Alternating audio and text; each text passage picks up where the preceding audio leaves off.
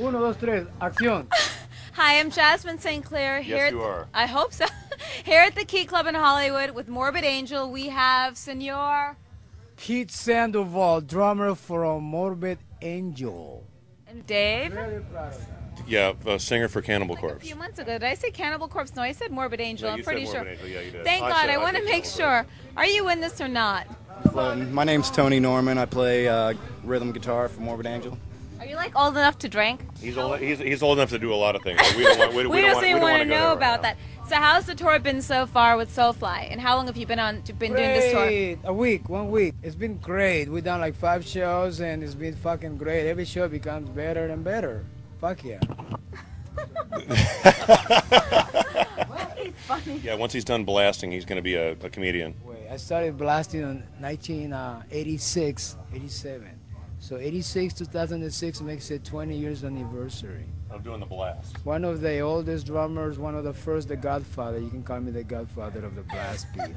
Thank you very much. That's true. You're very I welcome. know, I don't care about Okay, movies. the current album now that you have out, Yep. Heretic, Mhm. the album kind of looks like stained glass from a church. Were there any type of religious overtones in this? Yeah, you should speak with him. Okay. Yeah. What the cover of the album is like a reflection. It's like if you see a mirror right here. So on the right side is the right thing. It's of the image. On the left side is like when you see the reflection of the water. You know how it kind of moves around. So that's why. And the color is like red and blue, which means water and fire. You know, that kind of idea. Who does most of the songwriting now? Well, it was a collaborative effort Right. back in the years that I was in the band, and right now we really haven't gotten back to writing any songs. We've primarily been concentrating on getting this touring together. As you all know, David Vincent's last record was Domination, right? That was written. Entangled. Entangled in Chaos, the live record, of course, that came up from touring Domination worldwide. So we have Entangled in Chaos. That was the last time that David sang with us.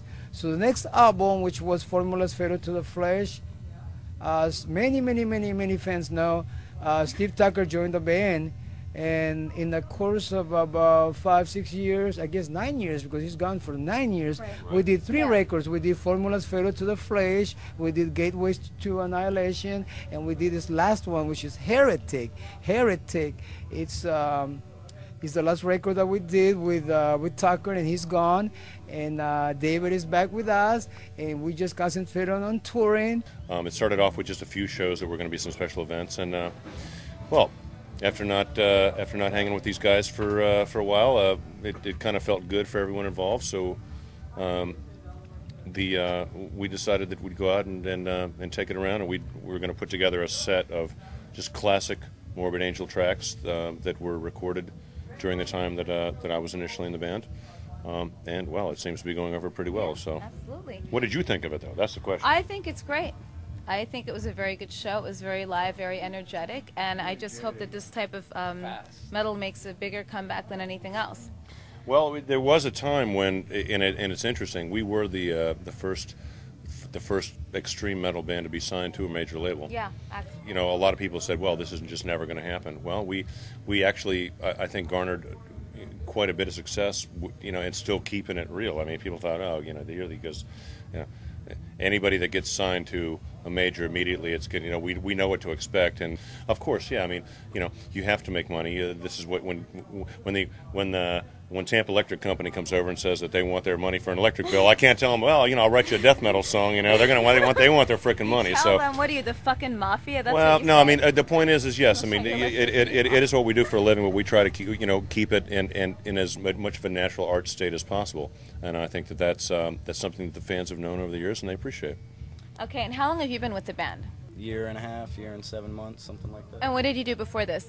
I played in another death metal band, Monstrosity, and I still do, when I can, but these guys keep me so busy, I can't get away. So.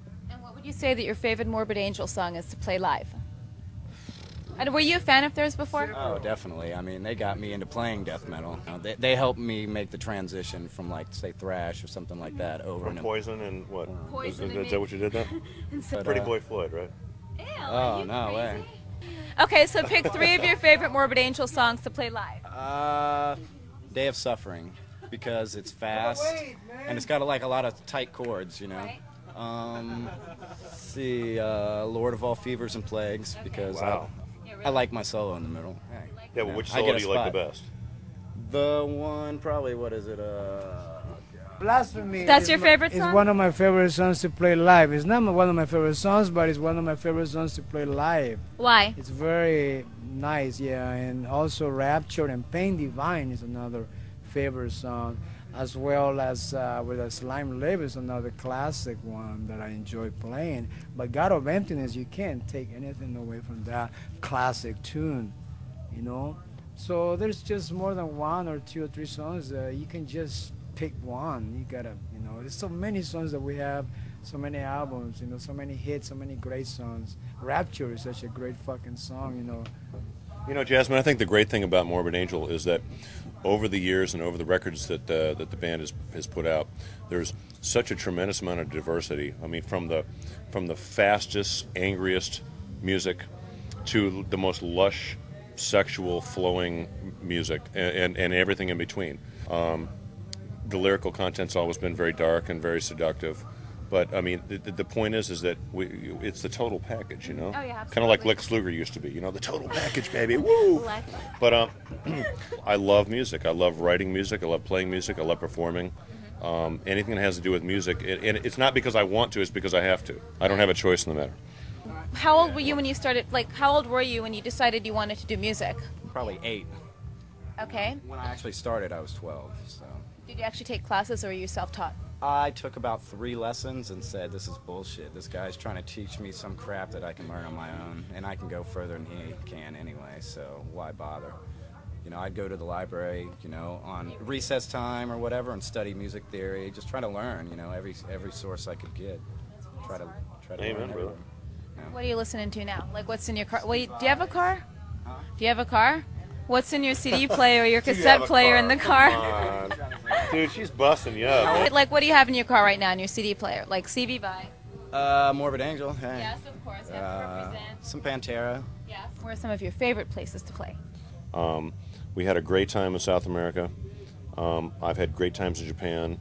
I enjoy Europe. I enjoy the States. Everywhere you go, I mean, there, you meet different people.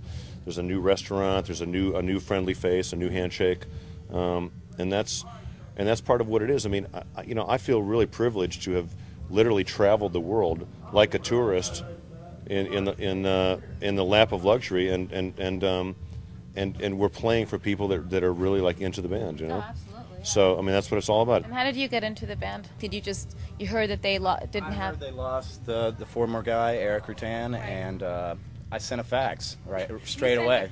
Yeah, like a resume. You know, this is what I do. This is what I can do. This is what you'll get out of me. You know.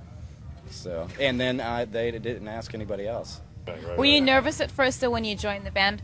Yes and no, because I'm a pretty confident person when it comes to my instrument. No, that's cool.